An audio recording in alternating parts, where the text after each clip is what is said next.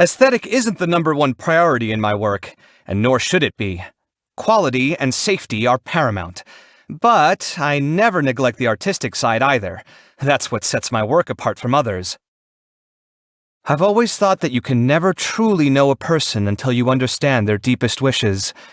But once you start exploring hopes and dreams, whether they're your own or someone else's, it can be a dangerous journey.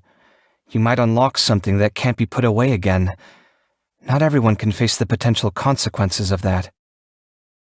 I almost don't want to say this out loud, but sometimes hopes and dreams bring suffering instead of happiness. Luckily, I don't mind my vision. Lesser Lord Kusanali is a wise and capable god. Not only is she extremely knowledgeable, she also possesses virtue far beyond mortal comprehension. I have only the utmost respect for her tolerance of others, especially in a nation of learning like Sumeru. That takes great equanimity. Sometimes, though, I do stop to wonder, surely even the gods must have their struggles too. Oftentimes, confusion is the beginning of wisdom, in which case, how can we ever achieve true happiness? I guarantee you'll never meet anyone else who's as infuriating as him. And for the record, yes, I would say that to his face. Sure, he's smart, and sure, geniuses often come with a bad temper. But that's only half the story with him. He knows perfectly well how to appear friendly and likable to others, he just doesn't want to. If he ever gives you the impression that he doesn't really have a temper, or that he's rigidly logical like a machine, then you just don't know him well enough yet. He definitely has a personality, it's just too big a personality. Most people wouldn't get it. Alhaitham helped me out a fair amount recently. If we were still as close as we were during our student days, then I'd be thanking him every chance I got. Now, though, I can't seem to get a word of appreciation out of my mouth. Even if I could, I wouldn't want to give him the satisfaction. I guess you could say our relationship is something of a mixed bag these days. Honestly, with everything that's happened, it almost feels like the universe has been playing pranks on us.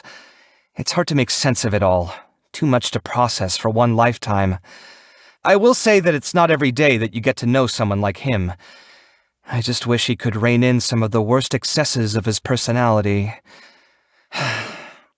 Okay, yeah, that's never gonna happen. Tainari. He's one of the nicest guys you could know. If you've met him, you'll know what I mean. He's kind, and he has enormous expertise in his field, but he never brags about it in front of other people. And he seems to genuinely care about his work. Back when I was building the Palace of Alcazarzare, I asked him for some tips on how to pick out the right ornamental plants. After he wrote back to me, he also helped me out with some other issues too. Oh, and I almost forgot.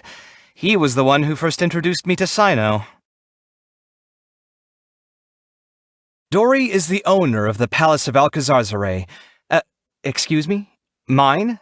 Oh, no, don't be ridiculous. I know full well that it doesn't belong to me. I know, but... please, let's not go there.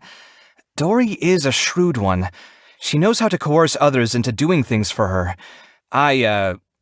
For various reasons, I now owe her a large sum of money. It all got quite complicated in the end, but... anyway, I wish she'd show me a little mercy and stop making my life a misery for the sake of Mora.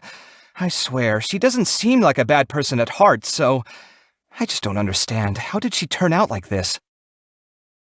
Sino can come across as cold and ruthless, but he's actually a very big-hearted guy. I still remember how shocked I was when Tainari said he was going to introduce me to his best friend, and then a couple of seconds later, an incredibly intimidating Matra comes walking through the door. I honestly never expected to meet a Matra who's so comfortable hanging out with scholars. Gotta say, though, I can't stand his sense of humor. It really makes my skin crawl. If he ever invites you to a meal at Tainari's place, make sure someone's bringing beer, because no one should have to endure Sino's humor while sober.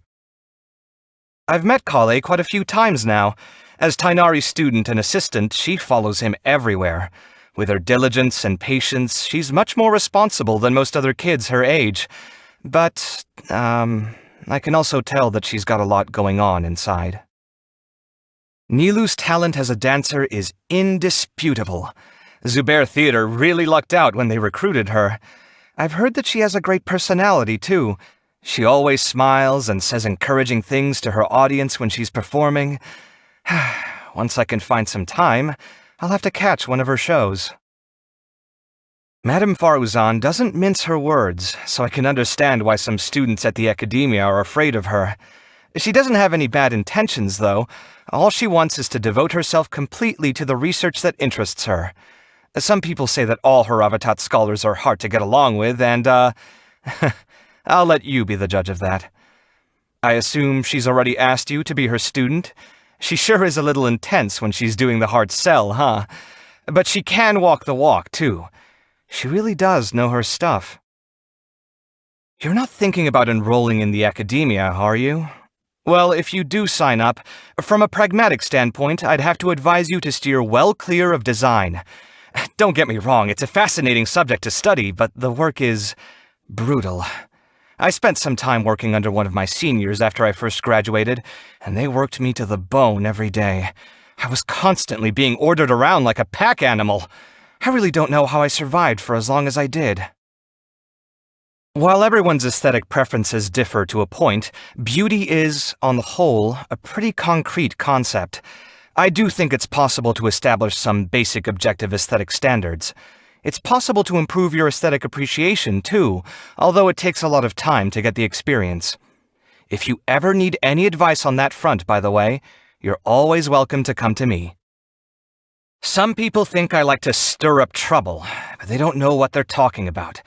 Anyone trying to make any sort of progress in life is inevitably going to come into conflict with other people from time to time. You can't just ignore the situation because you don't want to deal with it. I like to have a drink or two when I've got the time. It's a good way to de-stress. Oh, yeah, I mean, mostly just to pass the time. What's that look for? All right, I admit it. Maybe I do drown my sorrows a little more often than I was letting on. It all gets a bit too much sometimes, what with the unfinished projects, obstacles that I can't overcome, misunderstandings with other people. Don't you struggle with those kinds of things as well?